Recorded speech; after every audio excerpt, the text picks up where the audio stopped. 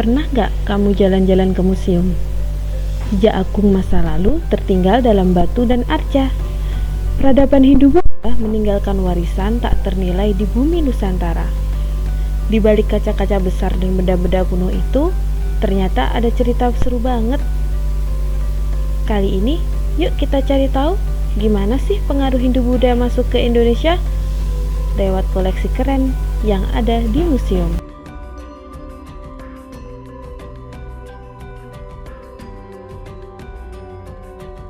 Ribuan tahun lalu, Nusantara bukanlah wilayah yang terisolasi. Letaknya yang strategis di jalur perdagangan membuat Indonesia menjadi titik temu berbagai budaya dunia. Sekitar abad ke-1 Masehi, para pedagang dan pendeta dari India datang. Mereka bukan hanya membawa barang dagangan, tetapi juga ajaran dan kebudayaan baru, Hindu dan Buddha.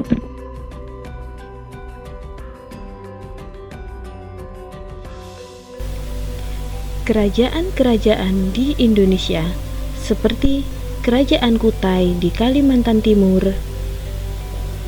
Kerajaan Tarumanegara di Jawa Barat,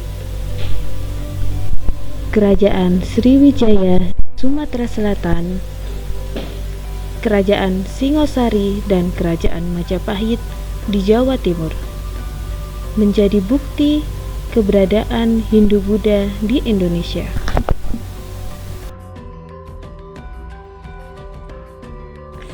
Masuknya agama Hindu dan Buddha ke Indonesia merupakan bagian penting dalam sejarah awal peradaban Nusantara.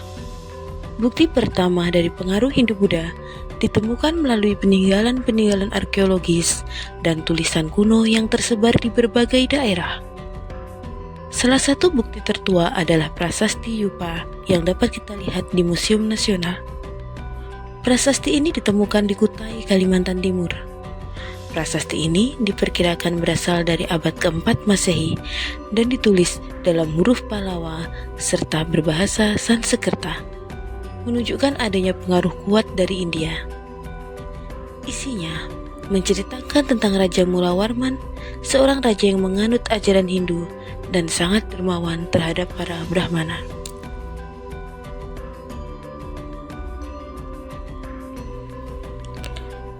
Tak kalah penting, Museum Nasional juga menyimpan prasasti Cadetem dari masa Kerajaan Tarumanegara. Batu berukir ini berasal dari abad ke-5 Masehi. Batu ini bercerita tentang raja yang gagah, yaitu Raja Purnawarman dari Kerajaan Taruma.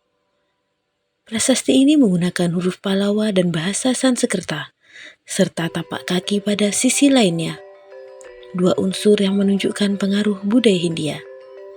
Dalam prasasti lain, yaitu Tugu, yang menceritakan pembangunan saluran air oleh Raja Purnawarman, raja Hindu yang berkuasa di Jawa Barat saat itu.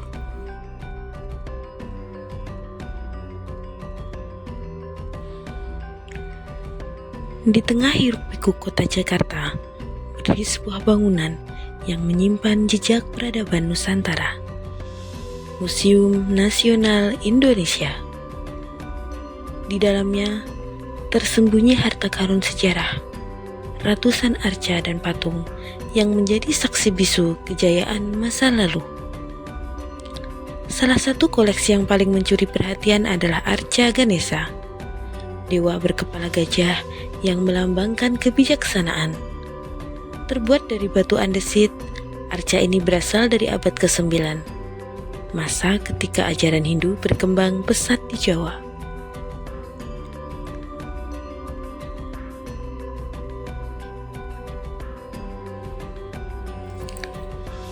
Arca Bhairawa. Arca Bhairawa adalah representasi dewa dari aliran Tantra yang merupakan contoh sinkretisme atau gabungan dari dua kepercayaan, yaitu Hindu dan Buddha. Patung ini dibuat pada sekitar abad ke-13 hingga 14 Masehi. Saat ditemukan, patung ini memiliki tinggi 4,41 meter dan berat 4 ton.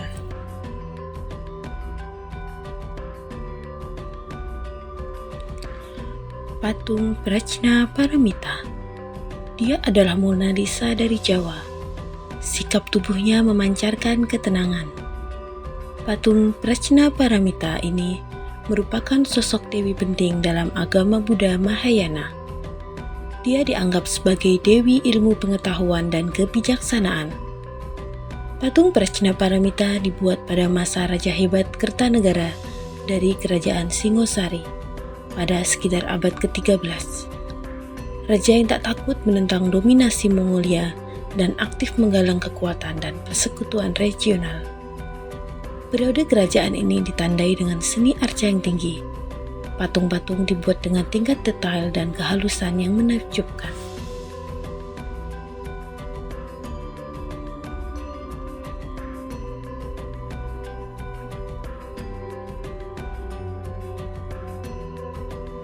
Tahukah kamu ini apa? Ya betul, ini adalah arca nandi. Arca nandi merupakan kendaraan dari Dewa Siwa, juga sebagai penjaga kediaman Dewa Siwa. Arca nandi pada periode Singosari ini memakai kalung emas yang menyimbolkan kekayaan. Museum ini juga menyimpan arca Durga Mahisa Suramardini, sosok dewi perkasa yang digambarkan tengah menaklukkan raksasa berbentuk kerbau. Sebagai dewi yang digambarkan sedang berperang, Durga membawa senjata. Tangan atasnya membawa cakra yang dibekali oleh Dewa Wisnu. Dewi Durga juga membawa pedang yang panjang dan busur panah lengkap dengan mata panahnya. Tangan sebelah kanan depan menarik ekor dari kerbau. Tangan kiri menjambak rambut Asura. Tangan lainnya membawa pitaka dan sangka atau cangkang kerang. Sebuah simbol kemenangan kebaikan atas kejahatan yang diukir dengan detail luar biasa oleh seniman masa lalu. Kerajaan Majapahit, kerajaan yang terkenal dengan keluasan yang menyebarkan wilayah di seluruh Nusantara. Beliau adalah Raden Wijaya atau diarcakan dalam wujud Kertaraja Sajayawardana. Kertaraja Sajayawardana ini atau arca ini merupakan perpaduan antara Dewa Siwa dan Dewa Wisnu. Bagian yang tidak dapat dipisahkan saat membicarakan pengaruh Hindu-Buddha di Indonesia adalah candi. Candi adalah puncak pencapaian karya arsitektur masa lalu yang masih dapat kita nikmati hingga saat ini. Sebut saja candi bercorak Hindu, seperti Candi Prambanan, Candi Penataran, atau candi bercorak Buddha seperti Candi Borobudur dan Candi Mendut. Candi bukan cuma bangunan dari batu, tapi juga punya cerita di setiap dindingnya dalam bentuk relief. Salah satu koleksi paling mengesankan adalah relief dari Candi Borobudur. Relief ini menggambarkan kisah Jataka yang menceritakan tentang kehidupan Buddha sebelum mencapai pencerahan. Setiap ukiran menyampaikan pesan moral dan nilai kebajikan. Diukir dengan detail dan presisi yang luar biasa. Melalui relief ini, ajaran agama dan nilai spiritual disampaikan dalam bentuk visual yang mudah dipahami oleh masyarakat masa itu.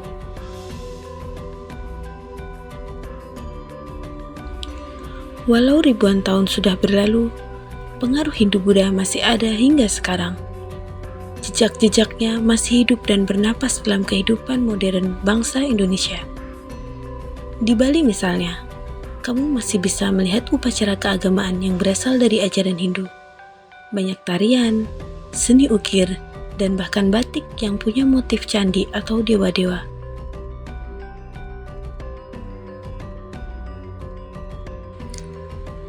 Jadi, kamu bisa membayangkan bagaimana kehidupan orang zaman dahulu? Bagaimana mereka belajar, beribadah, dan berkarya? Museum menjadi rumah bagi warisan yang rapuh oleh waktu, namun abadi dalam nilai. Di balik kaca pelindung, setiap artefak dirawat, dijaga, dan diceritakan ulang kepada generasi masa kini. Jadi, sekarang kamu tahu kan, kenapa Hindu-Buddha penting dalam sejarah Indonesia?